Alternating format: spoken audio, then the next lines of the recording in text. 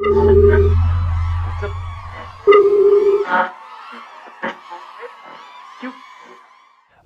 then I went to my first slam, and it was a nerd slam. No one told me it was a nerd-themed slam, so I did very poorly because I had like no nerd-themed poems. And I was like, what? This is really weird. Like everyone's poems are super nerdy. And I'm like, I'm a nerd, that's cool, but I don't want to write about nerd things that I like. You know, I like Wolverine comics, I don't want to write about Wolverine comics. But I was like, okay, so like I guess this is the thing. Okay, well, you know, I wanted to fit in, I wanted to belong. So then I wrote like this really weird ass poem. I thought surrealism at the time, I was like really into surrealism. But like just being weird for weird's sake, like not even like good surrealism. Sure. And the poem was about like weird forest creatures and elves and forest cats and goblins, and it was very raunchy, and it was very raunchy. It was very gross. And I performed that poem at a regular slam, which I just assumed was also going to be a nerd slam, and the whole audience was just like, and it was just silent. And then I just remember Jeremiah, who helped me come up with this title, be like, I hear his voice in the audience go, what the fuck? And I was like, okay, the third slam is going to be the one that I really show you what I can do. It was super funny because I got off stage and everyone was like, and then like Kari Jackson was in the corner and he just like in the shadows, he just leans forward, he's like, hey man, that was really cool. And I was like, he's like the only person that liked it, just because it was super weird. This is called An Open Letter from Lady Macbeth to Michelle Obama.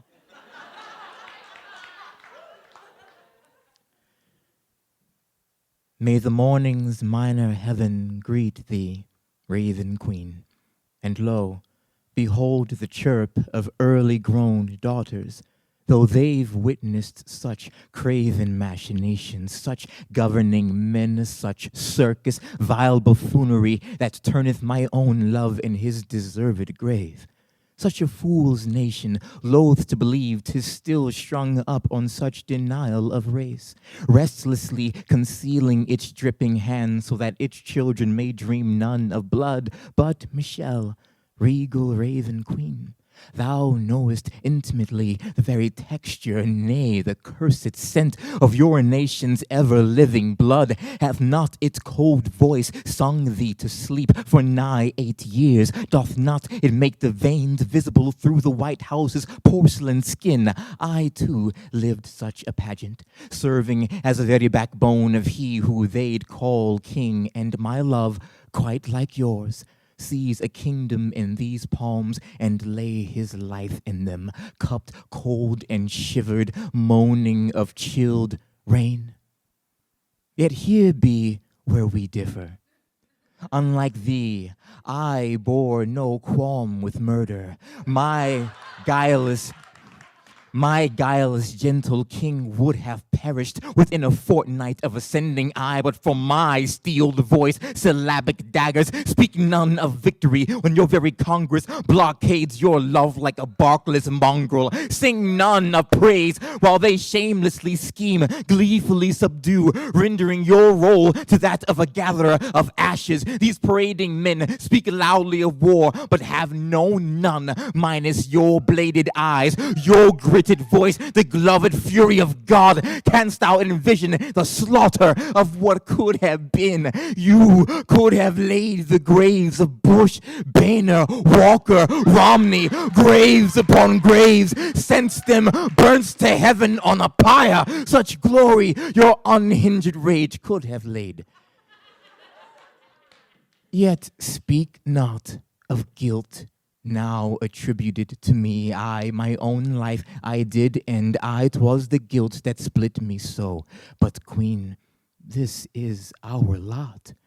We carry the guilt of standing behind those we'd have been wiser to lead. It is we who witness and wash the blood these callous men doth splatter, then dare to merely look up and call it rain.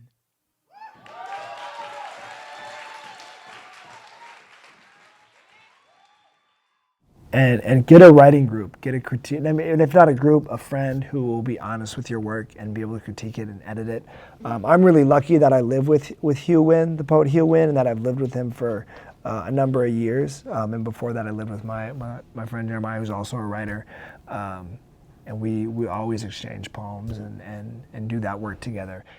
All my life, I've watched my mother contemplate an exit, hovering between a conversation and a doorway. Her sleep is medicated and rich. I imagine in her dreams, she is finally tall with laughter. I feel most like my mother's son when I am lonely, a child again, dragged by her to a party I enjoyed but then stopped enjoying, which is a cowardly way of saying, I cannot kill myself until my mother dies. If joy is what tethers us to this life, then most days my mother and I float above the pavement, tied together by the fraying threads of her nightgown. All my life, I've bitten at the knots of my solitude. No one wants to be alive when they are forgotten. When she is gone, who will call my name? I feel furthest from wanting to live when I think of joy as some kind of destination. A 2-story house around the corner where the children, mine I guess, pass the ball around. And I guess by staying, I'm saying I want to live in this house, but I'm not. I'm saying one day I want things to be easier. Too often, I don't tell people I love, I am sad. Because I don't think that's something they would want to hear. Because they love me. Because I don't want them to think that the currency of their tenderness isn't enough when it has been and will be again. Well, if I'm being completely honest, today I'm sad. Today is hard. Today I miss people, dead and alive, far and near. I miss them all. But I should mention hope, since hope is what disarms the bomb when the city clutches their children goodnight.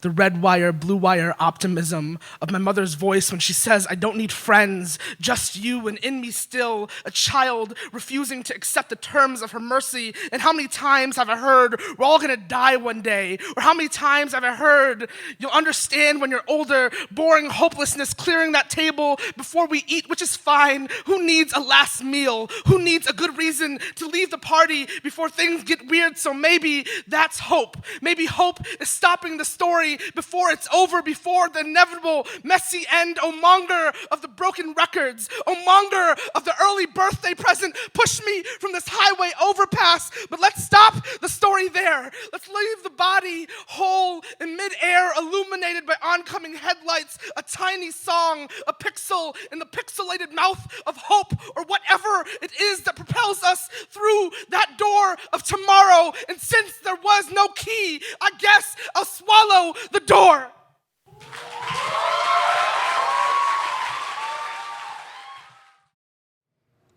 Chapter 1. I walk into work this morning without a cup of coffee, which means I'm already having a bad day. When I say work, I mean my art studio. You see, I don't really have a job, I have a hustle. Being an artist, as some of you may know, is kind of like being a vigilante superhero. You're up late, probably in some weird outfit, trying to create some justice in this world. But like a battered Matt Murdock, you still have to wake up in the morning and figure out how to keep the lights on. I skip past my desk and head straight to my reading chair. When life presses down on my neck and my to-do list is longer than the novel I keep trying to write, I usually give up by catching a few cat naps in this thing. As I sit in the chair and close my eyes, I feel the air humming, faint at first, but quickly escalating to the sound of grating styrofoam. I pop up out of my chair and turn on the light. I put my hand against the vent, but feel nothing. I look in the closet, still nothing. Finally, I begin to drag my hand against the wall. The buzzing sounds like it's coming from nowhere, but the vibrations tug at the sheetrock until I finally find the source. The window shakes, and I get the courage to lift the blinds. When I do, I find it full. Hundreds of honeybees rioting behind the thin layer of window, like mustard-colored static in your TV screen. The way they crawl over each other and tap their abdomens against the glass, and the way the clink-clink sounds they occasionally make makes me imagine them as little brass pills. I'm disgusted, but being disgusted is just another way of being afraid. Instead of buying a can of Raid or spraying the window with a hose or taking a power drill to my eardrum, I decided to do some research, figure out what I'm dealing with and how to make it end. I hop on my computer. As I get lost in the rabbit hole of articles and videos, I take small moments to glance at the window. The sun peeks through the cracks in the swarm, and I'm reminded that I can usually see my mom's house from here. My art studio is a quick walk from my childhood home, not that it matters. The house was recently sold to some young white professionals. Until buying our home, they'd never been north of Plymouth Avenue. Before the realtor told my mom it was time to get her ass up out of the house, my mom asked to sit on the porch one last time. Said in 25 years, she hadn't done it enough. And the realtor said, sure, but didn't move. Just stood there, demanding to be a part of this old woman's last rite. After 2 or 3 minutes, the realtor interrupted. Do you know of any good food spots around here? I told the new homeowners I'd make a list for them. Sure, my mom said. There's a really nice cafe up on Broadway. Oh yeah, the realtor interrupted. I was gonna suggest Broadway too. Maybe somewhere near Central Avenue? Yeah, my mom said. That sounds about right.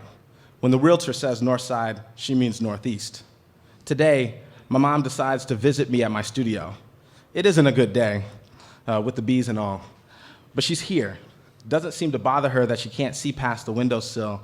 I apologize for the noise. It's fine, she says.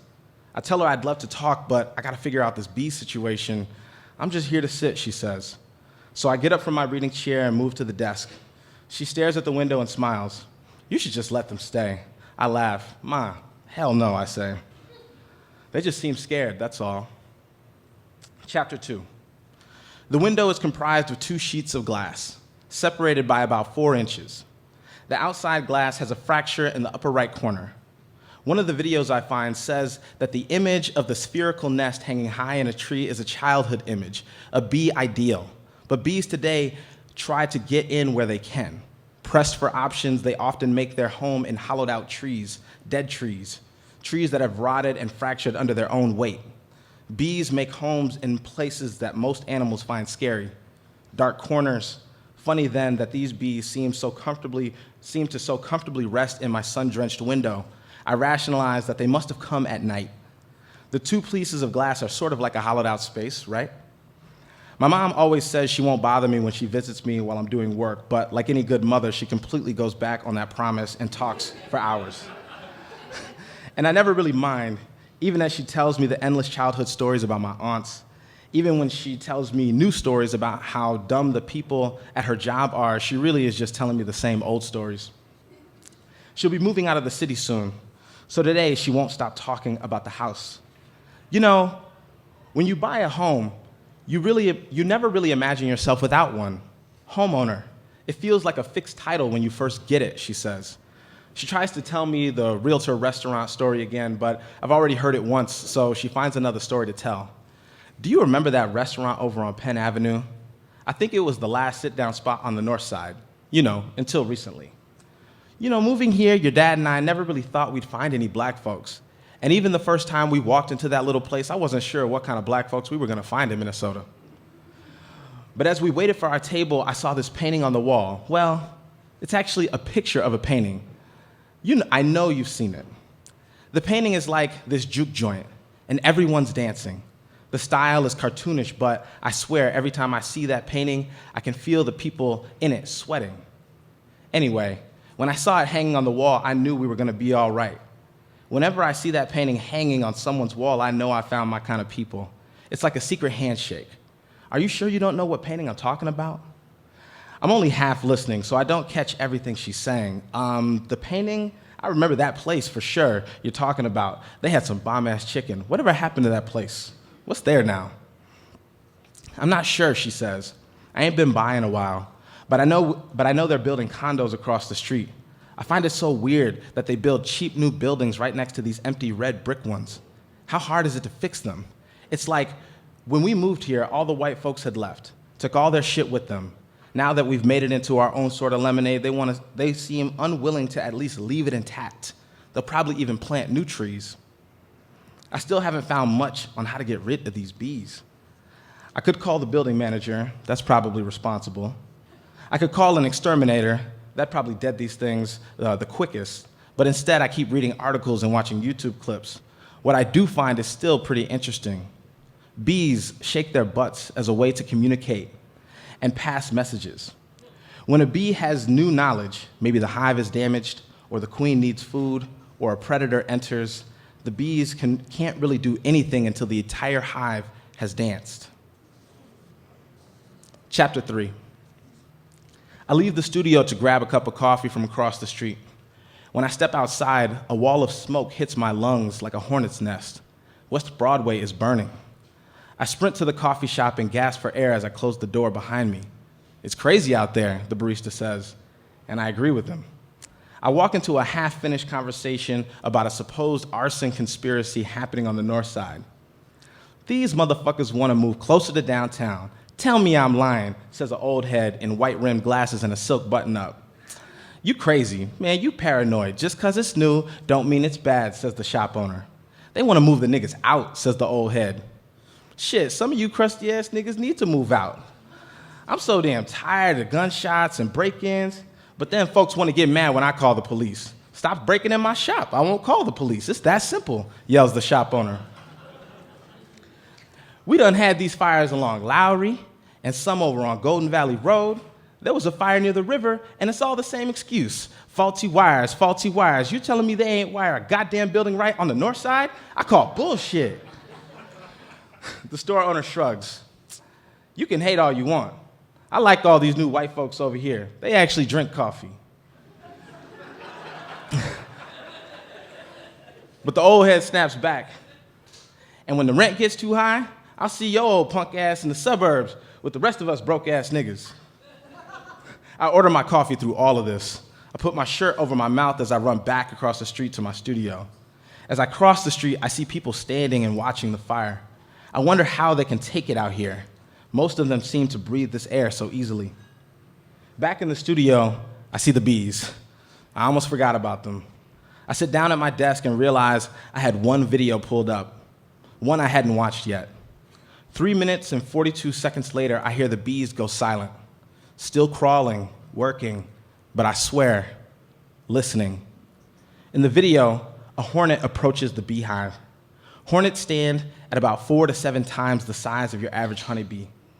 They eat honeybees, and they steal their hives. And even one hornet has the power to kill dozens and dozens of bees without consequence. We see the hornet enter the beehive, basically saying, "This is mine." The hornet sprays pheromone to leave a trace for her sisters. As the hornet goes deeper and deeper into the hive, the bees part like scissors through fabric. They're terrified. The narrator tells us the next steps. The hornet will leave for a while and come back rolling deep with other hornets, and a slaughter for ownership over the hive will ensue. The bees will need to find a new hollowed out tree to rest in. But this hive, the one in the video, has different plans. Maybe they've moved before. Maybe they've built more hives than they can count. The narrator informs us that he's never seen anything like this. The bees begin to dance. One tells another, then the whole hive is a juke joint. The bees, hundreds of them, swarm the hornet, and no amount of hissing or posturing will save her now. The bees don't sting the hornet, but instead they dance faster and harder until the hive becomes an oven. The narrator, again, tells us that bees can withstand temperatures of 2 degrees higher than the hornet. They reach that threshold exactly. They dance as if to say, you can't discover this. You ain't build this. You weren't here when we laid the first brick. You weren't here when we buried our own. You weren't here to clean this rotted stump to make magic inside of it. You can't have this. You can't kick us out. We've been here. In the end, the hornet lay dead, baked alive below the honeycomb walls of the hive. I look over to the window, and the bees begin to dance. I look over to my mom, expecting a story, expecting a memory, but she just shrugs her shoulders. I got nothing, she says.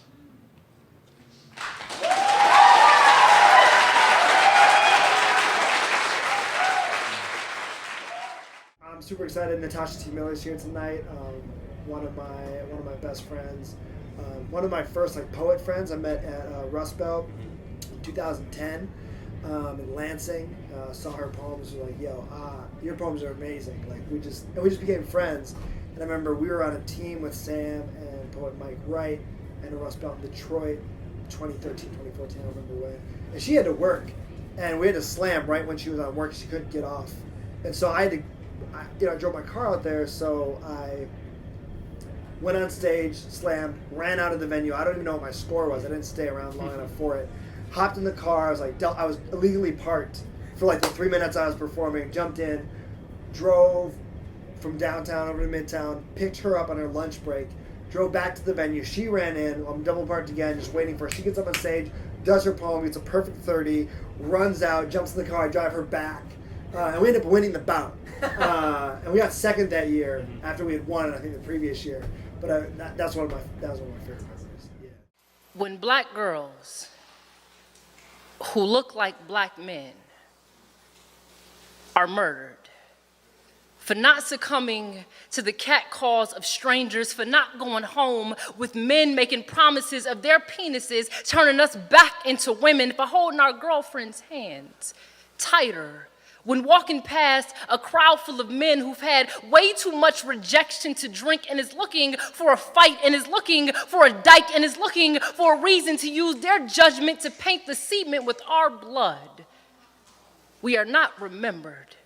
Our deaths are so unceremonious. We die in the middle of the night at bus stops in dirty bathroom stalls. We are not remembered. They do not talk about us. They do not march for us. The feminists rarely start movements in our names.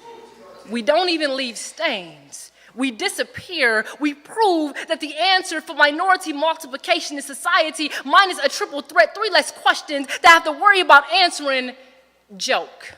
A woman, a black, and a gay, all walk into the same bar, in the same body. Punchline, her life. Punchline, her death. Punch, her lying naked and beaten in the alley of that bar with the words nigger, fag, bitch burned into her skin, using her last breath to ask God why her identity had to weigh so much. They don't remember us, Sakia. We are not woman enough, not man enough, too Ellen, not enough Trayvon Martin. Don't look like we bleed monthly.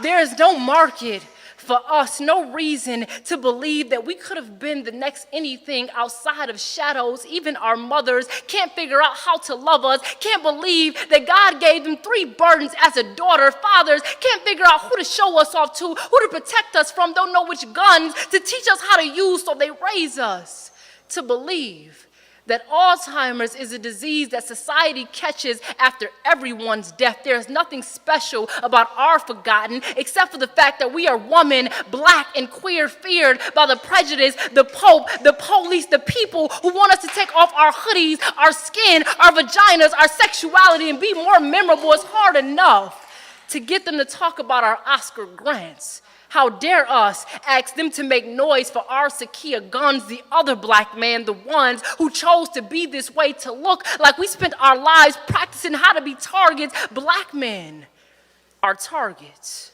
We are just imitations, not even worthy of being considered trash. Never wanted to be considered trash so badly to at least be noticed. We know that you are not going to stop killing us, but at least have enough decency to leave records of our deaths, hang us on trees near streetlights, give us names, tell our mothers that you are sorry for their losses, even if you are not. Just talk about us. The black girls who look like black men, wearing a quiet death as a cologne, even if you are going to kill us, at least start a conversation after we are gone.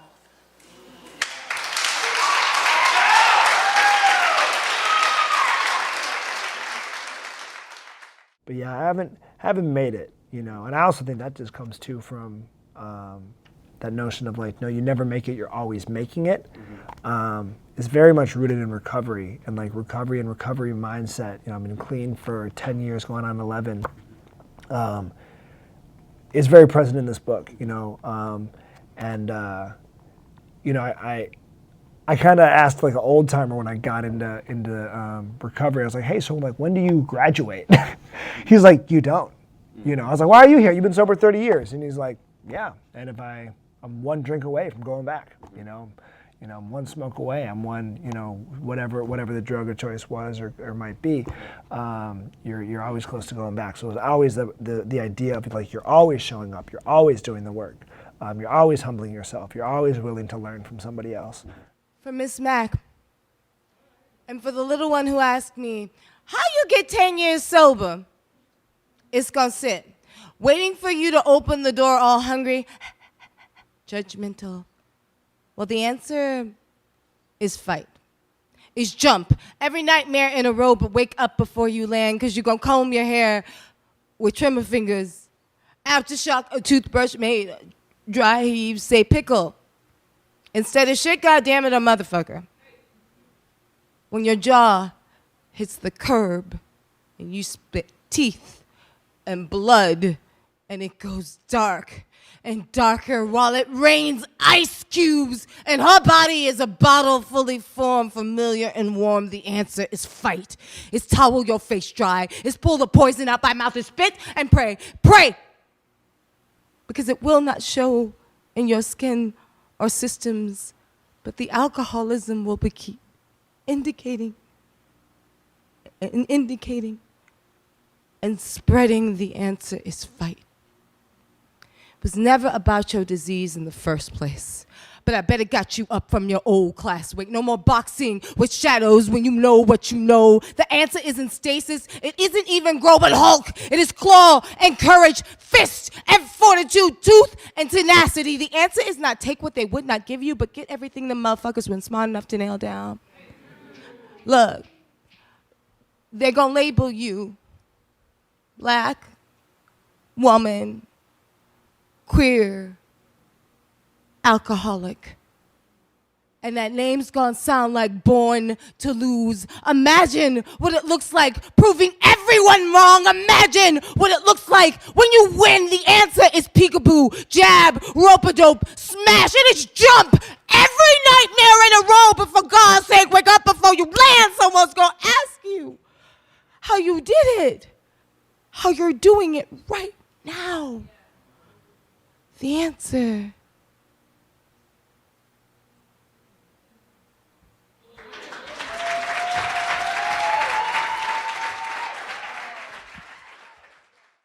I think Jamal May's Sky Now Black with Birds has been huge for me. I love that piece. I love what it's doing, both on the page and on the stage. I love how he brings the reader to a place and he doesn't say you should feel this way, but he provides a space for us to be challenged emotionally and like challenge our thoughts and our beliefs. And I do that poem with 7th graders every year, this workshop that I do. And I give them a little bit of the history, with some of the characters and some of the people that are in there. And now at this point, years removed, a lot of 7th graders, some 7th graders might not remember who Troy Davis is. They might not remember, if they don't hear from their parents who Ross Bird is. So do some of that history work. But once you get that down and then you do the poem, it's like, dang, they light up. If I tell you, the riot helmets outnumbered the protesters who, after Troy Davis was executed, stuck around to throw their useless punches into the courthouse grass, while a woman lay sprawled in the lawn, clutching her Bible, the green sea beginning to memorize the shape of her grief. If I say death, cure death, and have such power over the scythe, how many cranes will it take to lift her out of this drowning? If I tell you to look for birds foraging between Lawrence Brewer's intricate tattoos, if I tell you he was executed 5 hours earlier for the death of James Byrd, if I ask you to look for these birds, I don't expect you to stare into a graffiti of iron crosses and spider webs scrawled across a supremacist's flesh and find a thrush vibrating with bird song, but I hope you'll understand why I listen for more than the cawing of crows.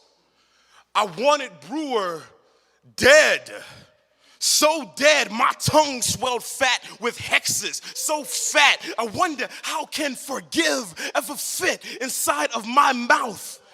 Yet somehow, it's always there fluttering behind the larynx of Ross Bird, this man whose father was dragged, urine-soaked by Brewer behind a truck. Watch him say it. Forgive. I swear, the word has feathers. I want to learn to get its wings between my teeth before more retribution blots out the sky.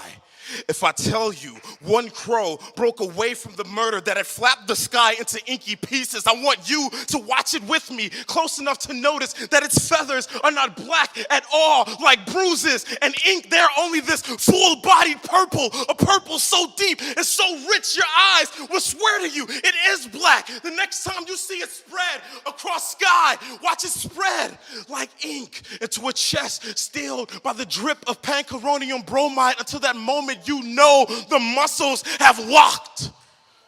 And if it is said that the injection is humane, we mean to say this is humanity.